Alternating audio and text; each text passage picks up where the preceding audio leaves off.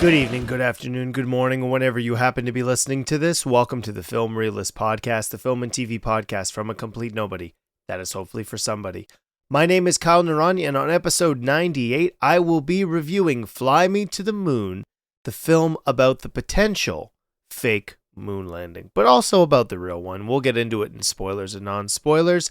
As always, there will be a non-spoiler review as well as a spoiler review. Timecodes will be listed in the description, so don't need to worry. But let's not waste any more time and jump into non-spoilers for Fly Me to the Moon. Hey, Joe. Evening, Cole. Miss, you're on fire. Very original. No, I do not want to stop, drop, and roll with you. No, your book is on fire. Oh my God. Alcohol and flames, they like each other. Cold days. Kelly Jones. Now, I probably know what you're thinking already, which is, Kyle, why are you seeing a romantic comedy about the moon landing and the potential faking of the moon landing? And that is a good question, but the reasoning for that is that I like to see a wide variety of movies. Obviously, this podcast covers all of the big blockbusters and big TV shows, but what's sad to me is with the influx of streaming television as well as big budgets just taking over what's successful in the theaters nowadays, films like this don't get made anymore. And because of that, I wanted to go and see it. It was directed by Greg Berlanti, who was responsible, or at least one of the main people responsible for the Arrowverse, which, say what you will, I thoroughly enjoyed throughout its entire run. It managed to do Crisis on Infinite Earths on a TV budget, which is something that was quite incredible at the time. So I'm going to cover Fly Me to the Moon, which I guess we'll just get into it. I really enjoyed this film. It reminded me substantially of Air, which came out last year, with a movie that's covering a subject everybody is well versed in. This even more so than Air, but the moon landing, it's hard to contextualize, and I've only watched documentaries and whatnot. I was not alive when it happened, but my parents were. And the way that they've described what was going on at the time, it's quite impressive, and the unification of America to this shared goal is something that, unfortunately, I think is even more relevant now. And because of that, I really enjoyed the film, not because of its political commentary, which it has to some degree. There were people who were against funding the moon landing, and that's some of the reason why these two characters do get involved with each other. The 60s is an era that I'll always enjoy.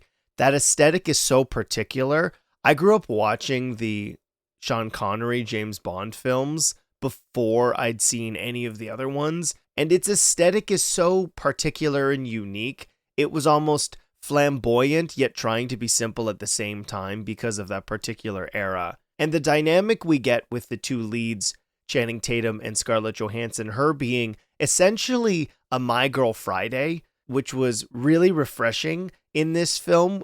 Obviously it's probably not super era accurate, but that's not necessarily a problem, where she is somebody who works in the ad campaigns. You'll hear a clip in leading into non-spoilers about how she's involved, and NASA needed the money to pay for getting Apollo 11 literally off the Earth.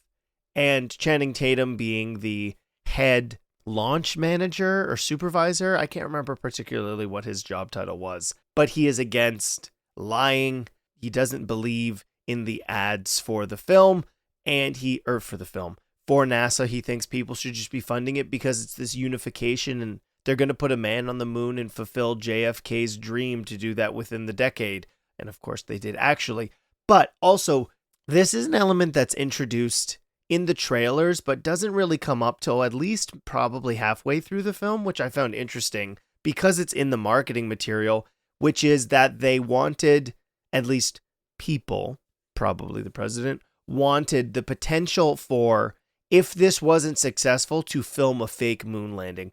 Probably one of the most popular conspiracy theories of all time.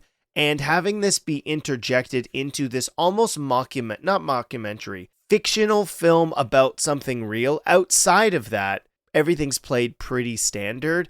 I commend Apple TV for putting this in theaters. As I said, movies like this have been relegated to streaming. That's not to say that there aren't good ones made, but what Fly Me to the Moon manages to have is a quite personal story with a handful of characters whose interactions really are the focus. Obviously, the main being between Channing Tatum and Scarlett Johansson. But in doing that, it allows for also a spectacle. The budget was, again, it was $100 million. I'd be really curious to see how much of that actually was about cast. Scarlett Johansson was a producer on the film because everything around the actual Apollo missions, all of that, whether done with visual effects, I'd really hope some of it was done with miniatures, but it's impossible to tell at this point. A safe assumption would be that it was likely with special effects, manages to capture that spectacle and the awe of the moon landing, as well as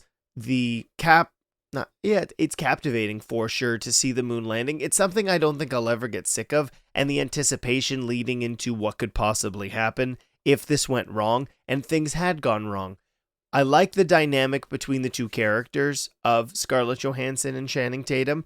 It is a familiar romantic comedy back and forth, but both actors do a really good job of selling their characters' points of view, and the way that the will they, won't they builds is really compelling, and it's believable. You have somebody who is fully engrossed in what they believe is just the right thing, and then you get the other dynamic on the other side with somebody who doesn't really mind bending the truth to get what they want. And that dynamic is fun to watch.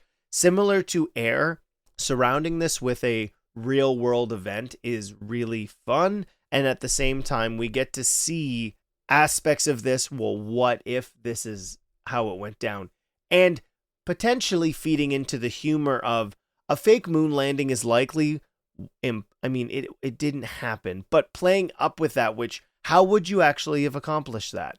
And other than some things where it potentially could be feeding the controversy, I really hope it doesn't, but I thought it was comical to have something like this going on. How would that have been kept secret while at the same time still trying to achieve this world all time? I'm trying to figure out exactly. It's one of the biggest accomplishments in human history, putting a man on the moon. When you go back to looking what was going on at the time with the war in Vietnam, Nixon becoming president, it's a captivating film. I found it wildly entertaining. I was laughing all the way through. I don't think it manages to be as emotional as it's trying for. A lot of the major plot elements are not going to be necessarily shocking. It's got a familiar structure. But this film achieves exactly what it is trying to do. And for me, that's a win. It's not going for this grand, serious drama that you would have seen in the theaters, like an Oscar bait film. Those don't necessarily need to be that. This is the budget is larger than most films in this genre should be, but it is an entertaining film, and I'm okay with just seeing an entertaining film that managed to be entertaining for its entire runtime. I love the aesthetic of the 60s. The two leads are interesting. I like their characters and their dynamic, as I've said before, and I'll get swept up in the moon landing anytime. Having this be surrounded around such a monumental event in human history is a compelling enough backdrop that draws your attention, even though we do know that they were successful. Having a behind the scenes what if is a really interesting dynamic, particularly at the time between advertisers and just people trying to do their jobs. And the back and forth between those two industries was really interesting. How did these brands wind up being involved with NASA? Well, what if it was this? What if NASA needed the money? I thought that was fun. A movie like this, a movie like Air, I would recommend seeing these in theaters because of the fact these used to be massive draws. I can't remember the specific year, but Three Men and a Baby was the highest grossing film that came out in that year. It wasn't just this.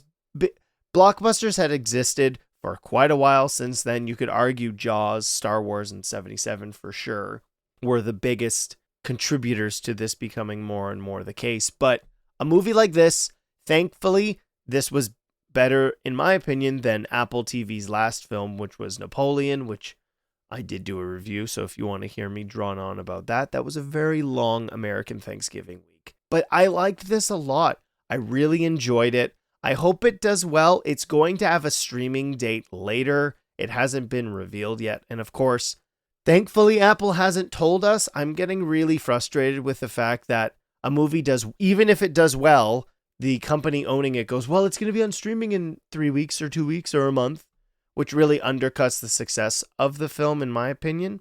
A Quiet Place Day 1 did quite well, and then they told us it's going to be on streaming in a month. We really need to reprogram audiences to go and see good movies in theaters and then see them later on if they're on streaming, maybe in 3 or 4 months. Unfortunately, I'm recording this Friday morning, so I don't know if Fly Me to the Moon is going to be a success. I hope it is. Maybe Apple TV looks at it as, if we spend $100 million, maybe 50 on the marketing, that's enough marketing for Apple TV, and the draw will be the two leads of Channing Tatum and Scarlett Johansson. I don't know. Fingers crossed that is the case, that it's successful enough in theaters and potentially on streaming. That will do it for my non-spoiler review of the film. Let's jump into spoilers and find out what happened. Omega. Look, this isn't Madison Avenue. We don't pay for this stuff. No, it's cost-free. The brands get a tie-in money can't buy, and NASA works its way into the minds of everyday people. A watch ad. That's your big idea? Ready? Toothpaste. Tang. The energy breakfast drink chosen for Apollo astronauts on their trip to the moon. Moon coupons. Spoilers for Fly Me to the Moon, where I'm going to tell you all the intricate details and let you know what happened. We are introduced to, she has multiple names, Kelly Jones, Scarlett Johansson's character, who is, as I said, like a real My Girl Friday. And it's unfortunate that characters like this, particularly from this era, were so few and far between. She's running ads. We see one where she convinces the people at Mustang that one of their campaigns can be to the pregnant wife waiting for their husband to come home, but Mustang has seatbelts, so they're going to be safe. I don't want to spend too much time on the fact that seatbelts didn't used to be required for automobiles, but it was the 60s. It was a different time. We cut to after she successfully sold the ad. She wasn't married. She wasn't pregnant. And in terms of marketing, she's pretty much just a legal con artist. And her perspective on that is pretty much what makes her successful, which leads to the United States government unofficially hiring her because NASA needs marketing. The congressmen or senators are no longer as invested in the moon mission as they were around the time of JFK, and because of that, the funds are dwindling, and NASA may not be able to keep the lights on for very long. Cut to Cole Davis, who is Channing Tatum's character. His character's backstory I really enjoyed, where he's a very grounded person, an honest man. He was a pilot during the Korean War, flew 52 missions, and as the launch supervisor manager, he's kind of in charge of everything. And he doesn't take this job lightly. He truly sees getting to the moon as an accomplishment for mankind, humankind now. And because of that, he's somebody you want to root for, and his empathy and perspective throughout the film is kind of the one you're given on everything that's going on. Even though I would say we lead more with Scarlett Johansson's character, he feels the gravity and loss of the Apollo 1 mission going horribly wrong. And as the film goes on, we get to further evaluate his relationship with that tragedy. It comes up quite often as they're trying to do press for the moon launch. And they're back and forth. It's very, very good. It is hard to get two leads to have such compelling chemistry when there are so few people in the film. Sometimes you can supplant that with other zany characters, maybe the straight man and has a super funny friend. Well, that is the case in this. Ray Romano plays Henry Smalls, who works with Channing Tatum's Cole Davis, but it's not as if Channing Tatum is standing there and Ray Romano's just like, hey, no, that's not the case in terms of their dynamic. They're just trying to do their job, and the marketing for NASA is something they want nothing to do with. And that back and forth with Scarlett Johansson's character in, well, what if we do this, we do this, we do this? Like, ads are going to love, or products are going to love being a part of this because of where it stands. A lot of the ads presented in this film are ones that actually did happen. Now, not having existed at the time, you'd have to go back and see which ones were fictional and which ones were factual. I do know the Omega one, which is mentioned in this, is for sure a real one. I'd seen that piece of ad copy beforehand. What I love about this film, it being at this time in the 60s, the perspective on the unknown was such a curious and positive atmosphere. The first time they got pictures from one of the spaceships that had orbited the moon and what Earth looked like. Earth is a sphere. It's not flat. Thank you very much. Done with this conversation. It absolutely baffles me that flat earthers are a thing nowadays, but that's neither here nor there. Conspiracy theories on their own right are really interesting because of people saying that not having answers means that it answers this. Well, that's not necessarily the case. An absence of fact just means it hasn't been proven wrong yet. That's a lot of how science works, where you are looking for answers. I really enjoy the back and forth. That is the focus of this film, but at the same time, the building tension to if they are actually going to land on the moon, which is going back and forth. We see some ads are successful, some things are not, with what Kelly wants to do with the whole moon landing, getting behind the scenes, hiring actors to play the engineers and supervisors of what's going on, and getting the moon landing to be something everyday Americans are thinking about.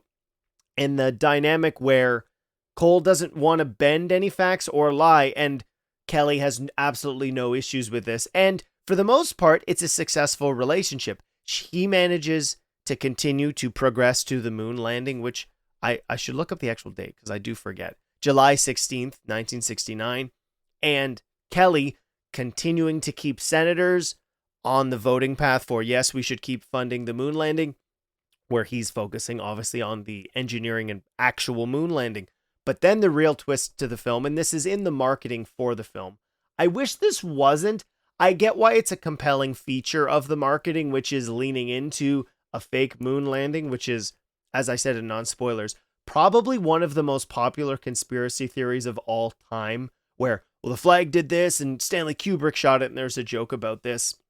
And talking about the fake moon landing, which is introduced by Mo Burkus, who's Woody Harrelson, who's essentially, in quotes, working for the man.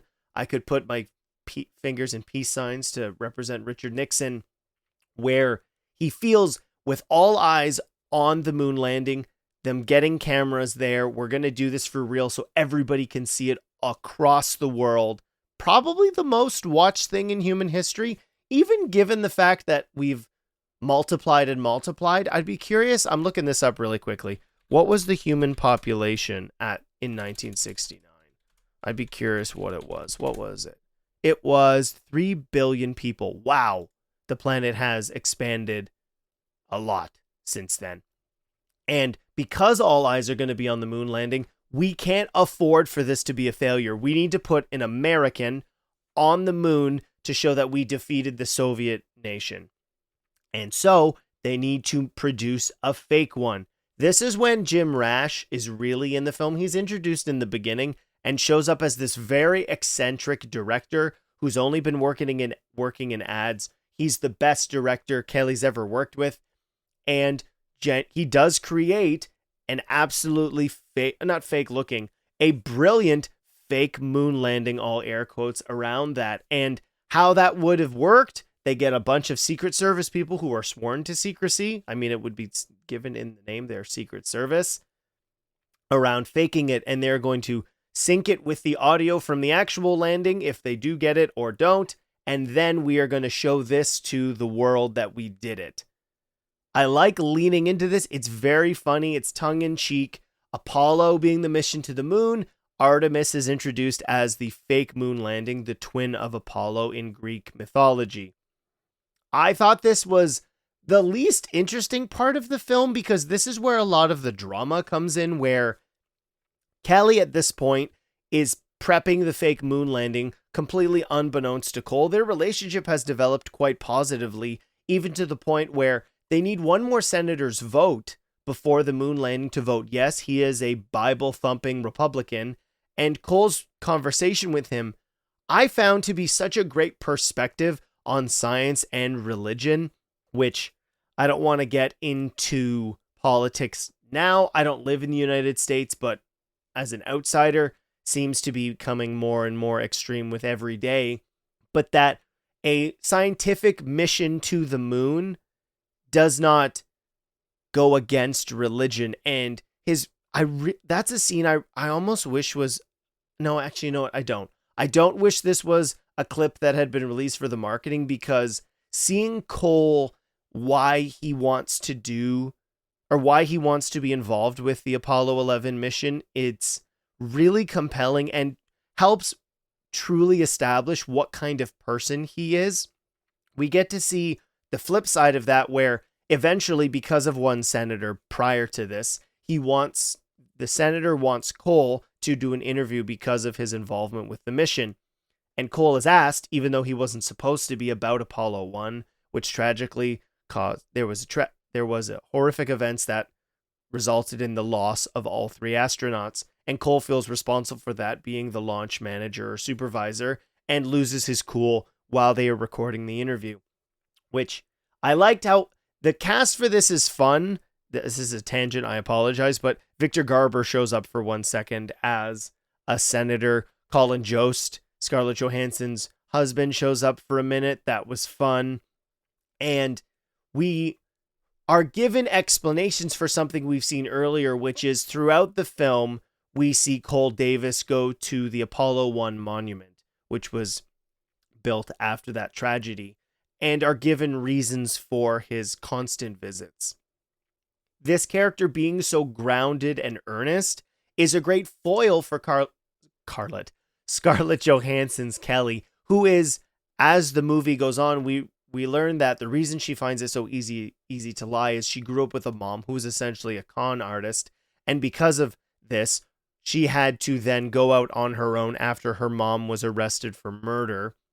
I would argue it was self-defense as it's described in the film, but that doesn't matter. This is the way that the film presents the information, and she feels guilty because she sees the earnestness and honesty that Cole has lived his life with, and they fall in love. Shockers, not something you would find crazy in a movie like this. I mean, it's pitched as a romantic this is the funny part. On Wikipedia, it says a historical romantic comedy drama. It is all those things. The performances in this are compelling. They're fun. I don't like using that word a lot, but when a movie is trying to be a romantic comedy, it needs to be that. It needs to be funny. I laughed quite a bit. The historical elements wrapped around this make for an interesting backdrop. The Apollo 11 mission, while being covered quite a lot, it's, again, as I've said, still and forever will be one of the greatest achievements in human history, is an interesting backdrop for what if elements. Why did they market the Apollo landing like this? Well, we're given reasons for that. Even though they are fictional, they make for a compelling watch. And the audience I watched this with had a lot of fun. This would probably have done very well if it just launched on streaming, but I enjoyed seeing this on the big screen. As I said in non-spoilers, the spectacle of the actual moon launch is handled very well. As I said again, I know I'm repeating myself, apologies. Looks great. Whether that's done with CGI, models, actual footage, there is an element of using actual footage from the era where we get to see like Walter Cronkite and a lot of the news anchormen who were working at the time in this, which does help ground it in this reality, which is nice. And we see a bunch of newspapers, and obviously we do see the real ads and photos from the film. And Scarlett Johansson's Kelly's relationship with Cole continually evolves into romance, and he feels absolutely betrayed when he learns that they were going to fake the landing, when he completely believes we were going to achieve this why were you going to lie to people, and doesn't understand that it needs to be seen as a success regardless of actual failure. And the hijinks that ensue in this latter third are probably my least favorite elements of the film. Just having the moon landing, a fake moon landing, was compelling enough, but I feel like you could have just been swept up in the we actually did it. Maybe it could have been the TV cameras and everything weren't working, but as you can see on the poster, we see a cat running across the fake moon landing. They have to convince Woody Harrelson's Bo that they are actually showing the fake thing, even though they are showing the real thing. And it feels a little too convoluted even for this movie, but needless to say, the real moon landing is shown. We hear one small step for man, one giant leap for mankind, which is maybe one of the most important sentences in human history, which is, it's still mind-boggling that these things happen. Going to the moon became such a regular event, and traveling through space has been so normalized that I enjoy the film's capturing that potential, the what if factor. Are we going to achieve this?